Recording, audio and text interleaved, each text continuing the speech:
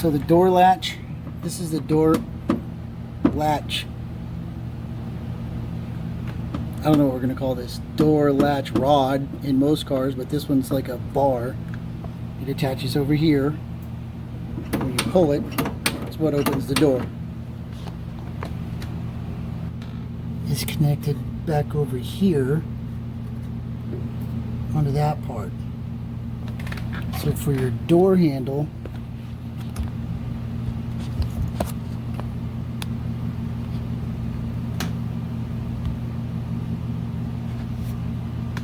to change your door handle,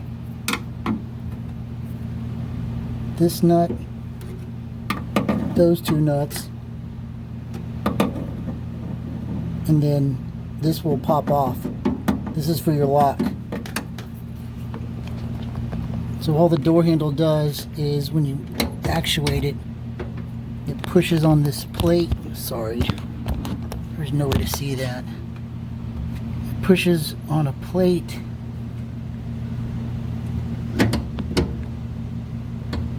Right there, see it? And that's what allows the door to come open. So it's not too difficult. The hard part's going to be getting your wrench in there. You may need to borrow one of your kids or a neighbor kid because they got really small hands. When you tighten it up, don't torque it too much because these brackets are pushing against the sheet metal. So there's a lip here and they're just pushing on that. So if you over torque it,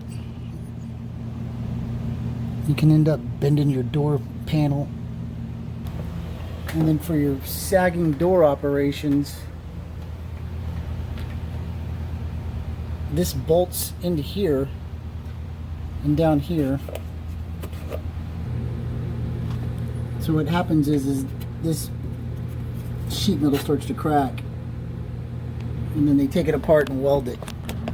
And you can see where those bolts are coming out.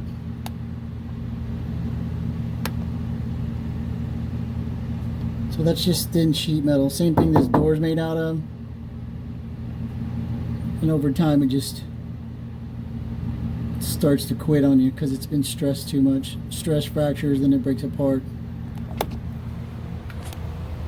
So what I've seen is they'll cut this out, go back in and weld behind it, put a piece of plate back there. Same thing down at the bottom. Fortunately, this one's not doing it for now. But today I got to work on this window motor, see if I can get it to speed up. It's got a spot in it where it doesn't go up anymore.